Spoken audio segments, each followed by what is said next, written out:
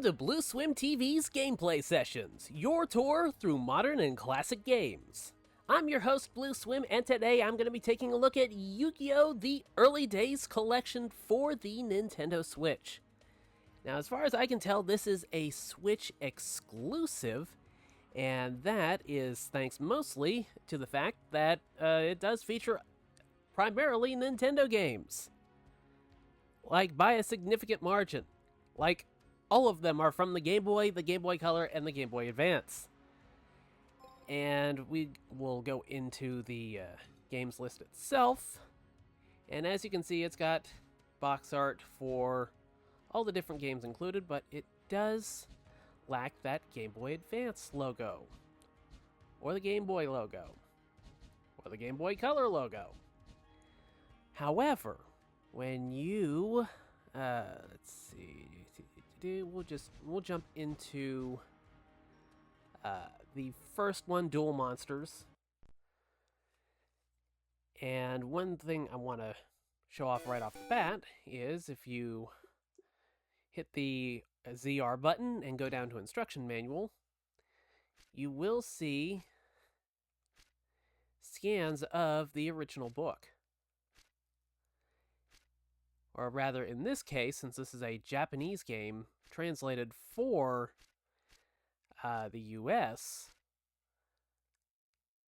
well, let's see. Thank you for purchasing the game back for the Nintendo Game Boy. Interesting. I wonder if they just directly translated it. Interesting. Well, anyways. You will see several instances where Game Boy and Game Boy Advance and the logos for it, in spite of the fact that they aren't on the box art that's on the main menu, it is in the scans of the instruction manual and box art. So this is the very first Yu-Gi-Oh! Game, Duel Monsters, and one of the limitations of this collection is, unfortunately, the lack of regular verses.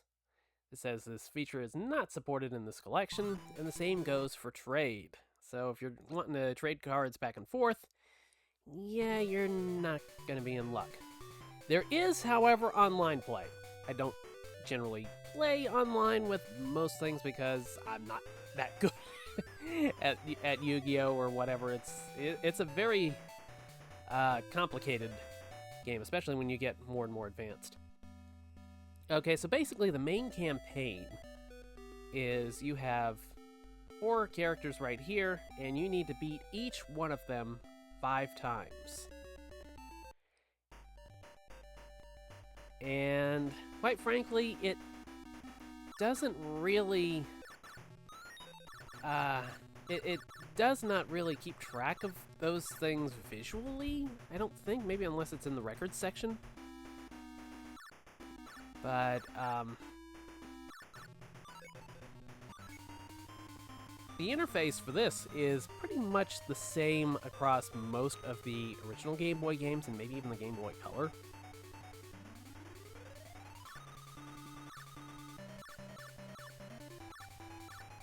So, I mean, it plays out like a very basic version of Yu-Gi-Oh! There aren't as many of the, rules from later games, the different phases and stuff like that. At least in this one. Some of the later games in the collection, they do have that.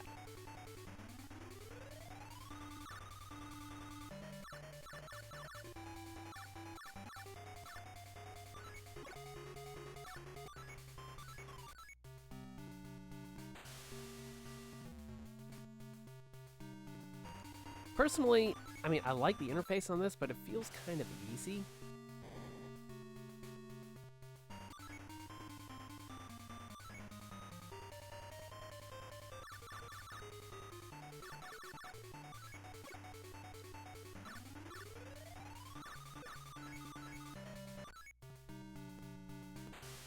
Like, it's rare for me to have any damage done to the life points whatsoever.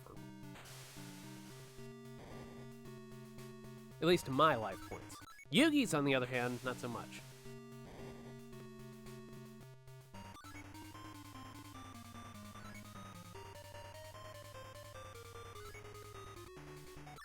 Yeah, I mean, this is, like, very, very basic. And that's not to say that it's bad. I mean, I do like it. I mean, the cards look halfway decent when you think original Game Boy. But I think by comparison, the Pokemon trading card game did a phenomenally better job at recreating a card game. Well, of course, I guess at this point I should correct myself here. I think this was actually predating the official card game.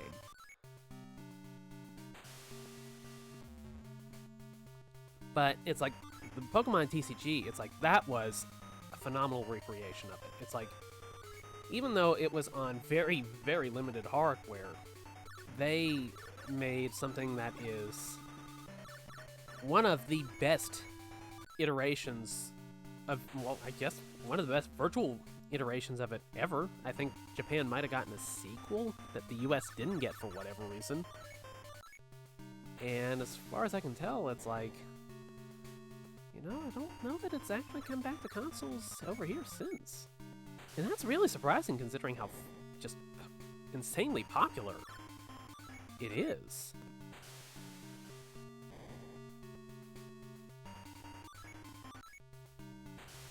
I'm trying to think if there was like a trading card game on Switch. Maybe I don't know. I know there's been several different mobile-based games for the trading card game. But yeah, it's like,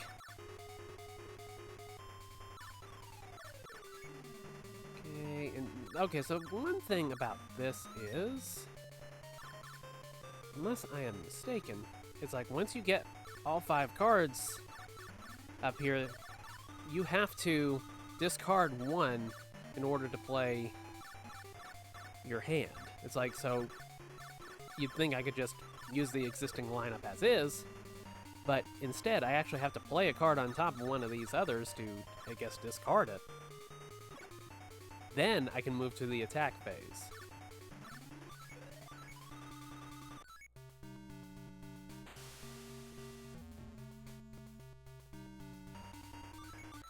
I mean, it's like, there's just practically no resistance whatsoever.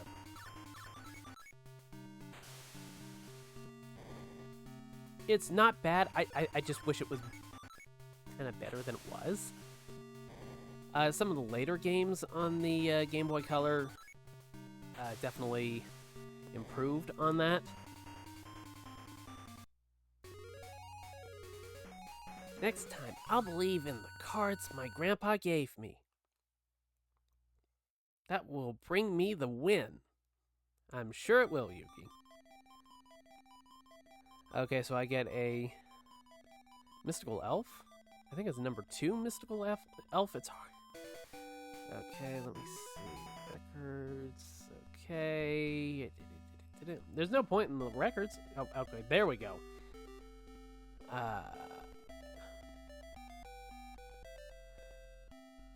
So essentially, yeah, I've won every bout I've played in this. So there's how you keep track of how many wins you need for each fighter, or each player, I should say. But yeah, so that's the first game in the series. It's neat. It's neat as a nostalgia piece, I guess. But seriously, I've faced practically no resistance in it whatsoever. Okay, now this is Duel Monsters 6, Expert 2, and what's kind of unusual about this, and I'm kind of surprised they even included it to begin with, is the fact that it is just the Japanese version. There is no English in it whatsoever. It's not translated. I mean, if you know how to play Yu-Gi-Oh!, I mean, you can probably just kind of wing it. But it does not have English in it whatsoever. So that's kind of an odd inclusion. I don't really know what the point is. 'Cause, I mean, I know there's people out there that read Japanese and stuff like that, but when you're releasing it for the American market, you pretty much assume that every game in the collection is going to be perfectly playable in the English market, you know? And the fact that they didn't translate that, that's kind of an odd decision. I mean, I know this isn't exactly the probably the highest grossing game out there, but you'd think they'd at least put that kind of effort into it, especially since they translated other ones in the collection. You know, I mean, these 3 were Japanese only, and they got translated. Same with Monster Capsule, which we'll take a look at that. Most of the games on here are essentially the TCG. Some are like action RPG, I guess. Well, not really action RPG, but kind of like, you have an overworld, like just like a regular JRPG, I guess you'd say, but with the cards as the battle element. Maybe something like Shadowverse on the Switch. That's a good example of it, where you have like a, full, major map, and the battles actually just take place with the cards. But this one is a little bit different. You see the dice up there. I'd be lying if I've said I fully understood it, but I haven't taken the time to sit down and read the manual. And speaking of which, we'll take a look at the instruction manual again. Okay, now here's what I was talking about. There, in beautiful red, white, blue, teal, and yellow color, is the Game Boy Color logo. That's what I was talking about. In spite of the fact that it removes the mentions on the cover art on the game selection screen, the unedited box art is still in there, complete with the Game Boy Color logo. So that's probably why you are not seeing this on other systems or on PC, as far as I know. This is basically a Nintendo game through and through, if you will.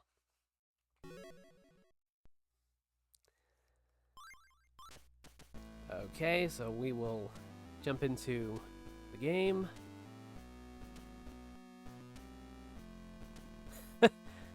There's something for Good Faces Bot or whatever it's called on social media.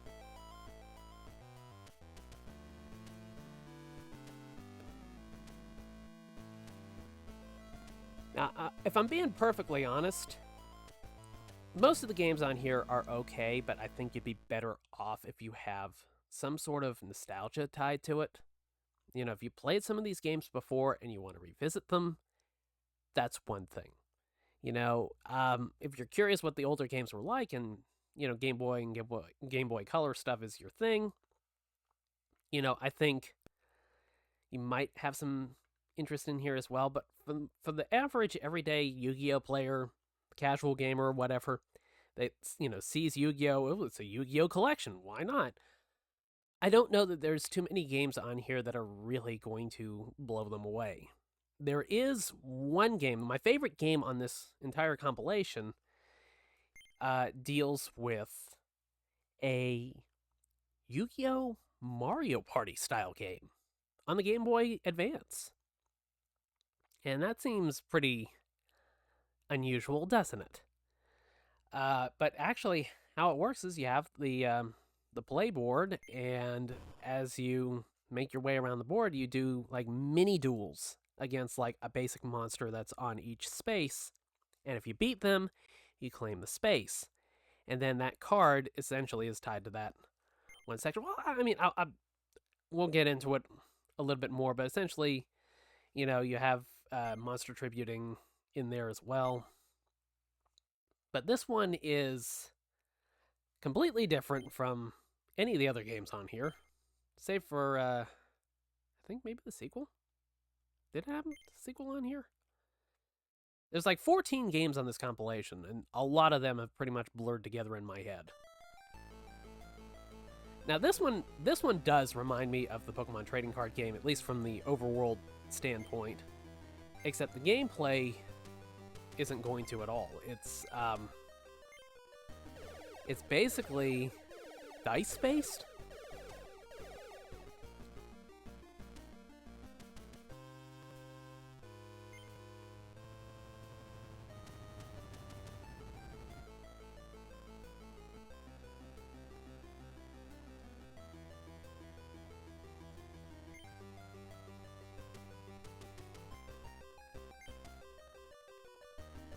As far as I can tell, I don't know that there's any option to revert it back to the Game Boy. Well, of course, this one's for Game Boy Color, I should say.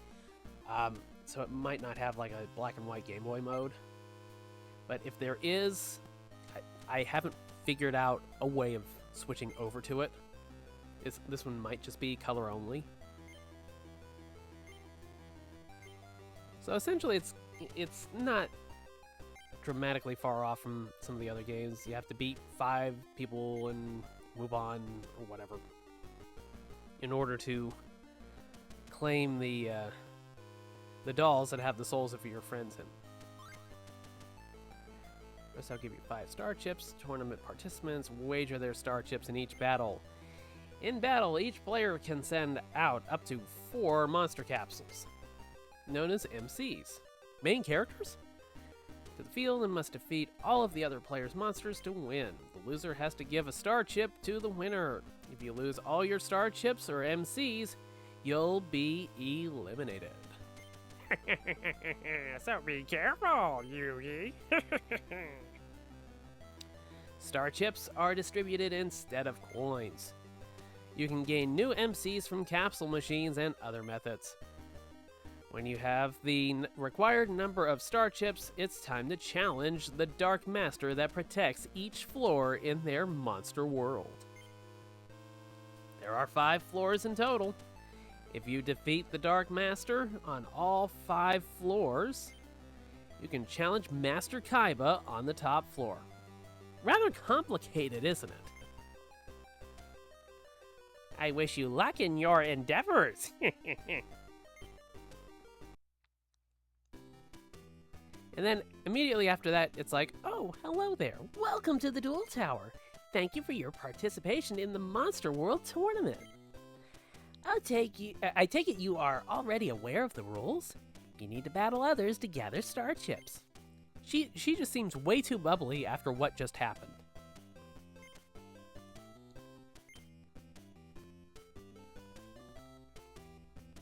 It's a capsule machine. Insert 1 star chip? Yes, we will.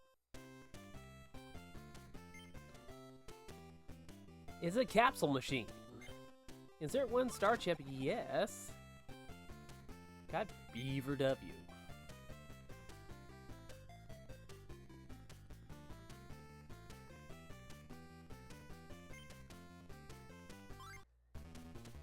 Okay, so this is the first tutorial battle, and basically this is like a top-down, almost like a Fire Emblem style type of game.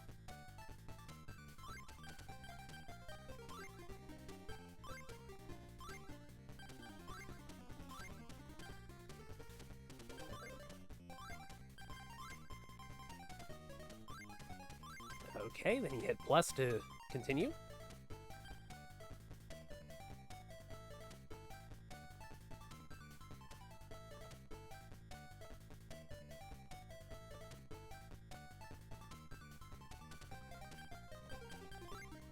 Okay, first step is to move, and you can move 1 step and attack. Unfortunately, my opponent is not in my attack range, so I'm just gonna stay.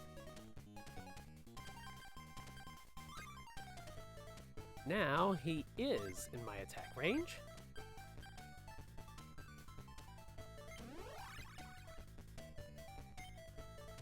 Accuracy up, attack power up.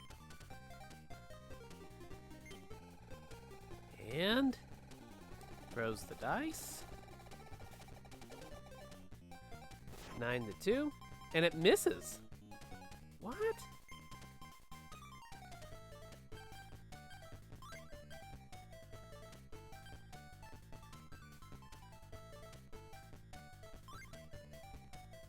Okay, well, we will move this. And there is nobody in my attack range. Let's see. Okay, so if I move over here... No, still not in my attack range. Fortunately. So we'll just stay there.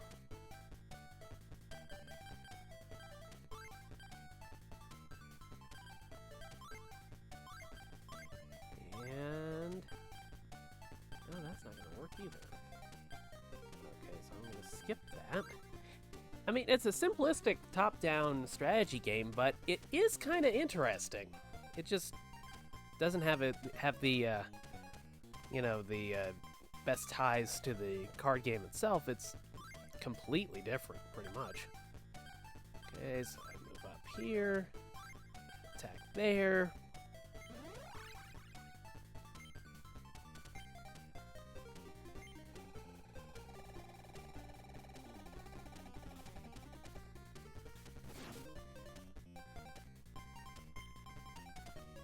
Yeah, I mean, as far as I can tell, I assume the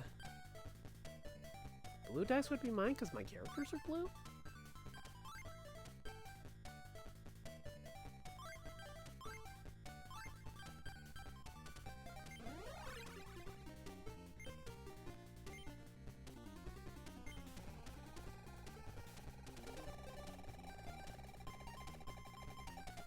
Okay, so red. Okay, so you'd think the blue dice would determine whether or not my attack is stronger or not, but it seems like the red dice does? Or red die does? Yeah, let's see. Let's jump into the manual for a moment.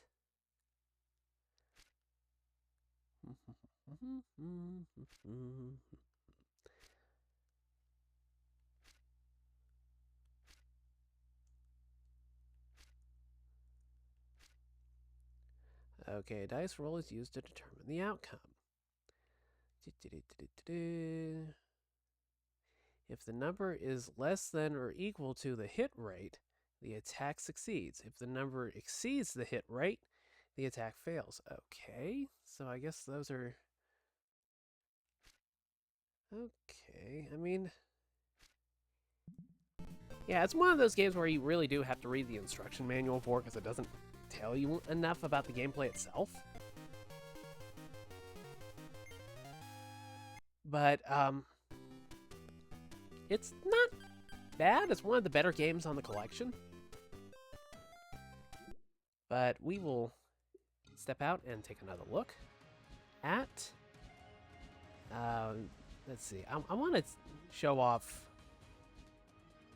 okay, we will close with World Championship Tournament 2004, I think, because that one's just like pretty much the same style as the original Game Boy game, but more modern with the actual card game rules and stuff like that.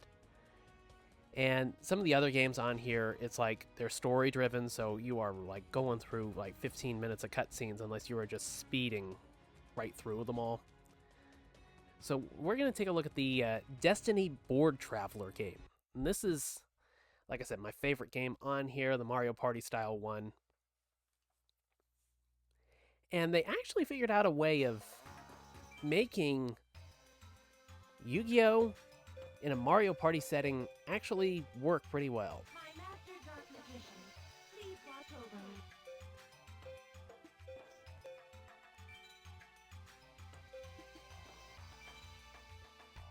Okay, so here is the number of victory stars. And you can adjust this number all the way down to 1.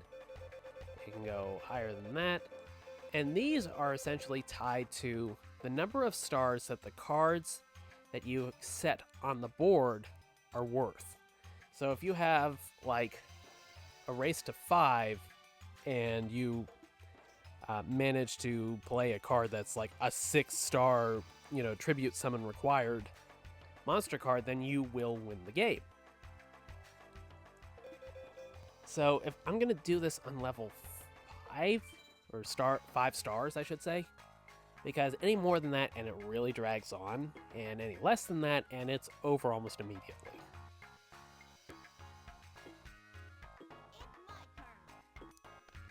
And characters have like a special power that will help them out either in battle or on the board.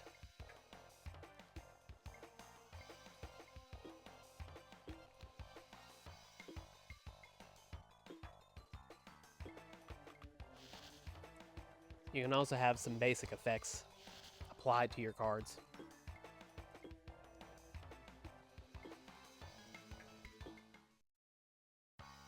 So I mean, that's it. I mean, it's very straightforward.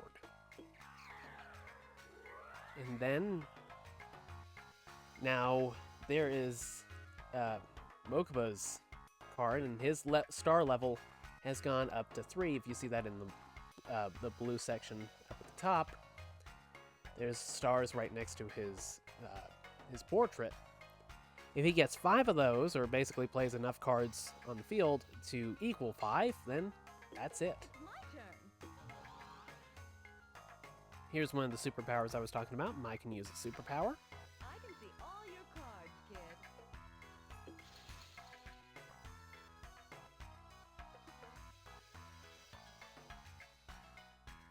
kid. Interesting. So she can see all the spaces. Or all the cards in all the spaces. And when it gets to my turn,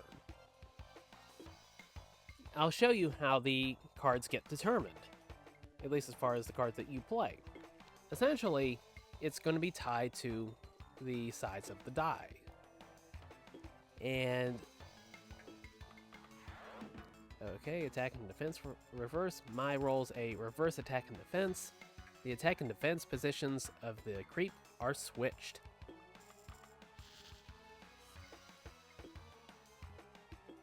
So essentially, yeah, basically when you are, first making your roll for the die, it will give you the option to select which cards you want on the die. And whichever one you roll is essentially which one you'll battle with. It's like tied to a number as well, or something like that.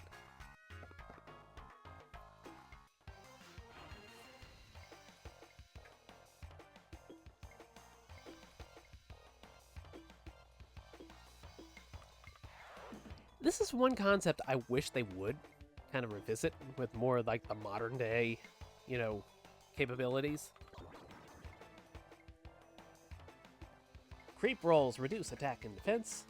Kaiba's monster attack and defense each fell 500 points. Time for the card battle. And Kaiba still wins it, even with that disadvantage.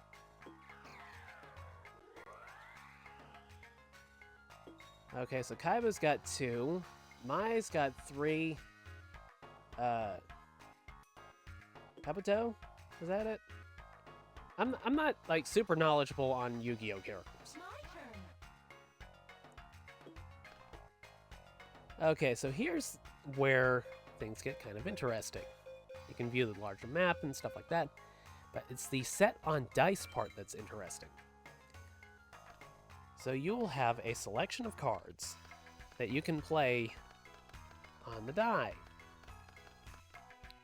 So we'll have like Dark Magician Girl on the star face, even though she's a level 6, which means I'd need to tribute some monsters in order to play her. So I'll put this one on a regular face.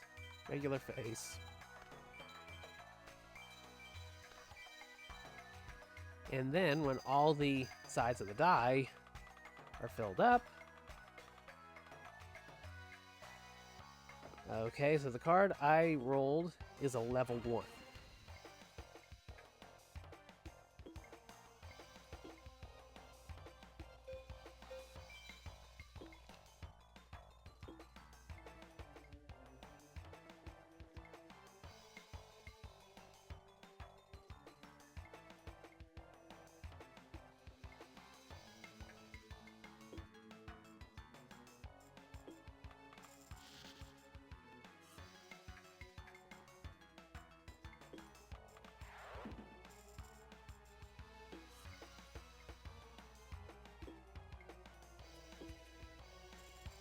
Wow, just barely squeaked that one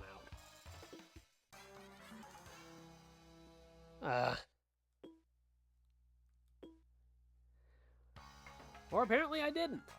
It's my turn. Mokuba.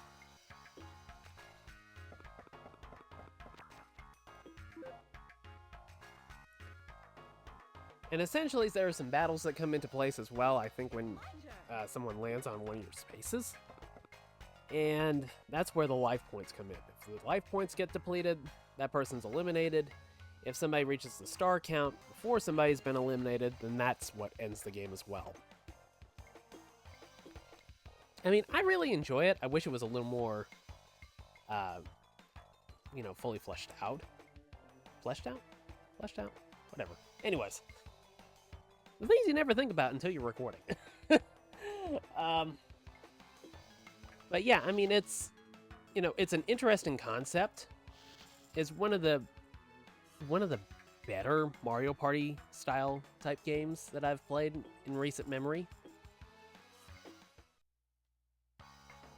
Okay, that actually should do it. I think Mai's gonna win. Yep, there it is. Mai reached level 5. Mai has won. Kid, why don't you go home and cry to mommy? And there you go. That's one game in it. I haven't figured out how much more depth there is to it, because what I see so far is, kind of light on the features, and there's obviously unlockable characters there. There's got to be more to it. I'm just not quite sure how you go about it. I'll take down all you losers. I'm not sure if it takes like a win on a certain map or what, but yeah, it's probably one of the better games on the collection. It's definitely my favorite. I mean, I'll be honest, at $50, it feels steep as a collection. I think 30 is more reasonable, 30 or less, unless you really have some nostalgia tied up in it. But we will close it out by taking a look at the Yu-Gi-Oh! World Championship Tournament 2004. And this one isn't nearly as talkative as the other one, as the 2005 one. And of course, same limitations with this one as well. You can edit your deck, but trying to do anything Link supported isn't supported. You can't trade as well. You basically just have the main campaign. And we'll just play a hand against Yugi.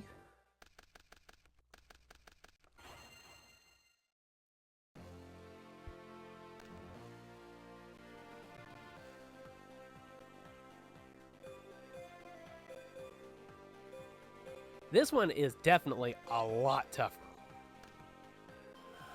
And it sticks closer to the rules of the main Yu-Gi-Oh! Game, as you'd imagine, with it being called the Yu-Gi-Oh! World Championship Tournament 2004.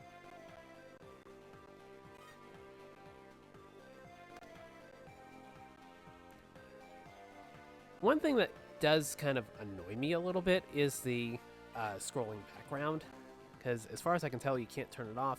And I mean, it's not a problem for me, but I know, like my mother has issues with kind of motion sensitivity. So, having something like a scrolling background, it can kind of mess with her head a bit. Okay, now we're going to enter the battle phase. And attack.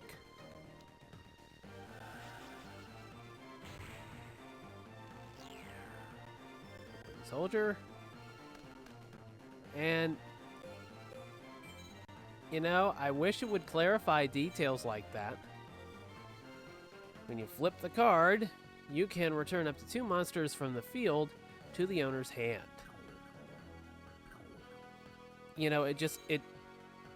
It doesn't explain things very well.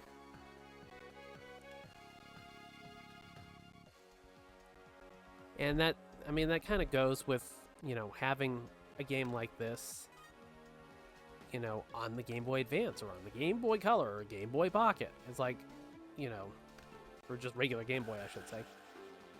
It's hard to kind of squeeze in all of the text-based details.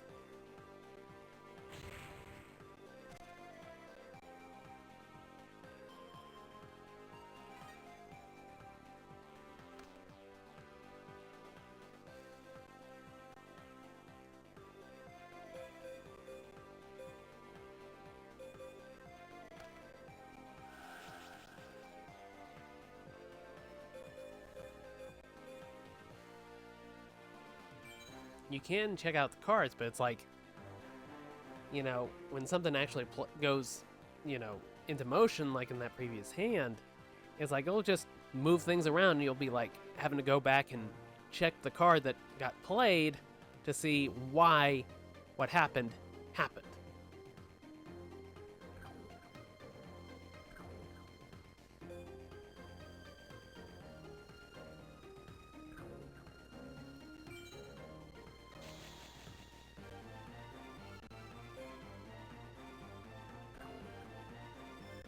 It's actually got a good soundtrack to it, too. I like the background music.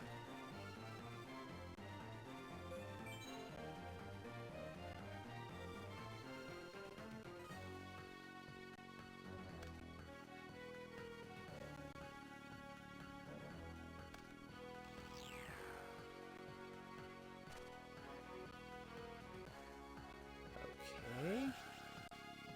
So what is going on here? You see, I mean, there again, it's like it doesn't keep you as well informed on what's going on as you'd like.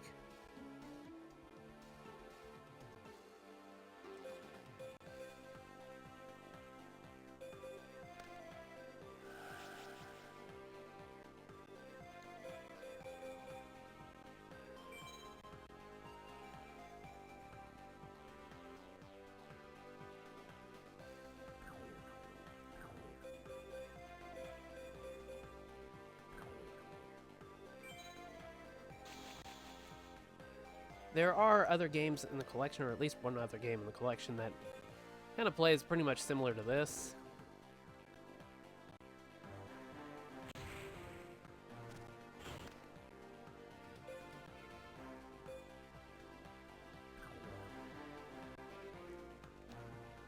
I mean, you do see a lot of the engines kind of getting recycled a bit.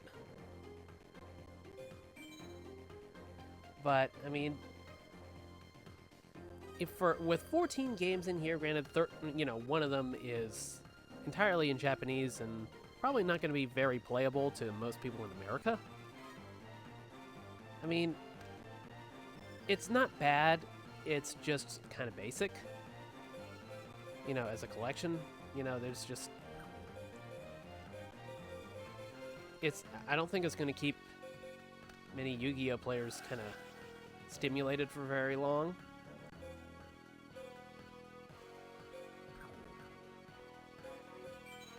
Battle phase.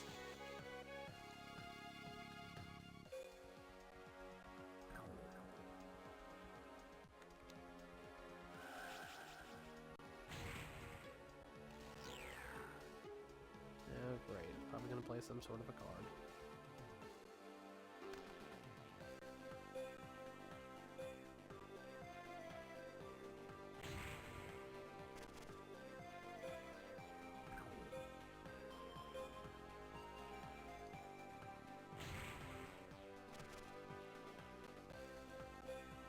That will end my turn.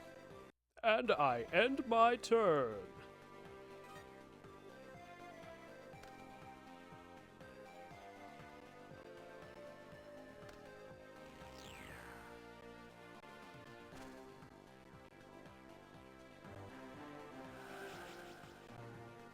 Okay, so he's bringing that one into play.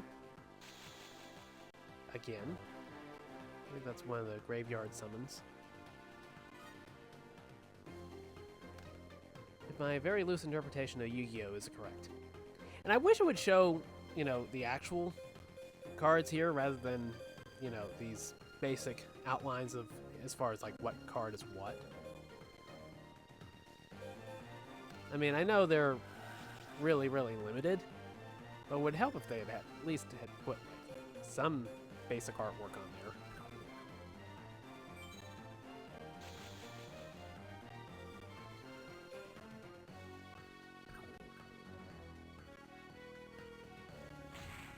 I really like that background track. Kind of a banger.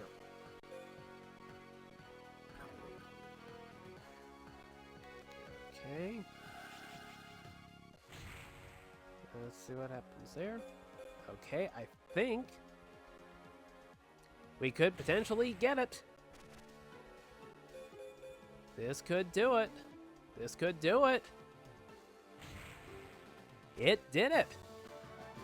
You win! And then as your reward, you get to pick a random pack and see what you get.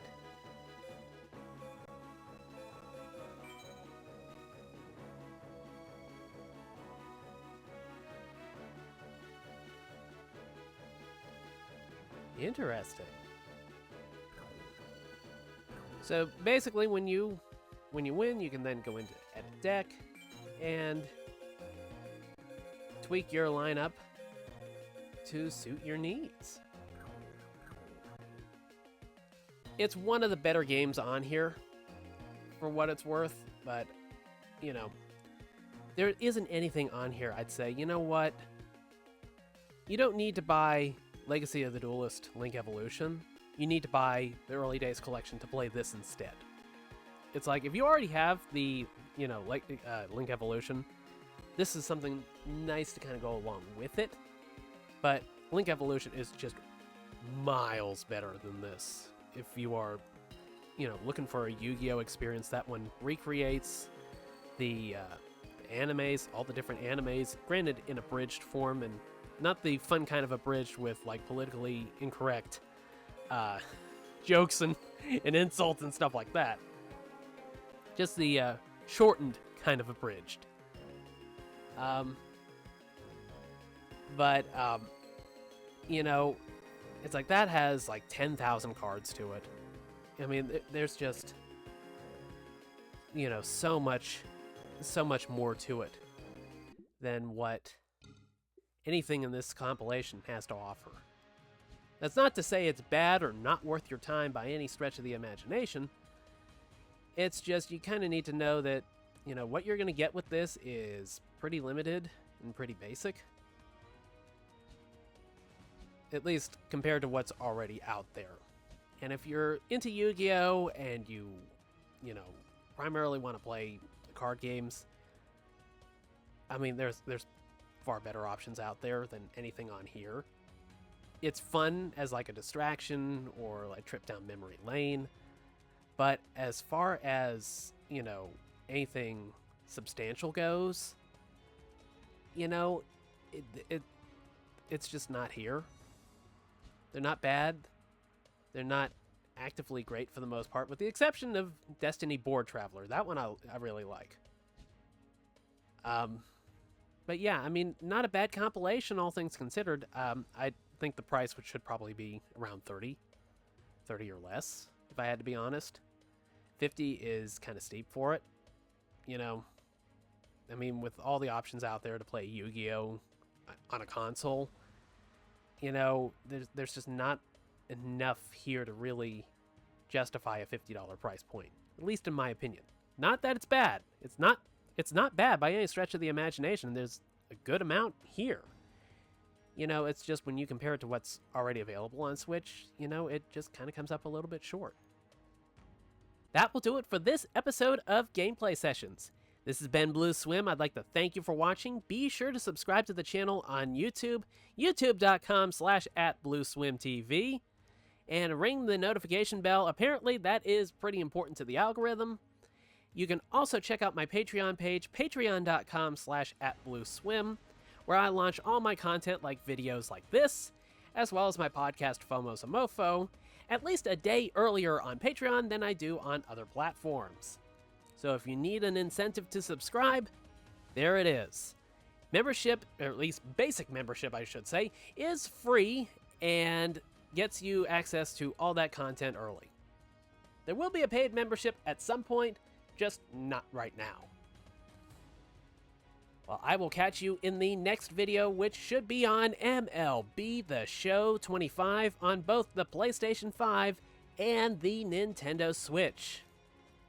Take care.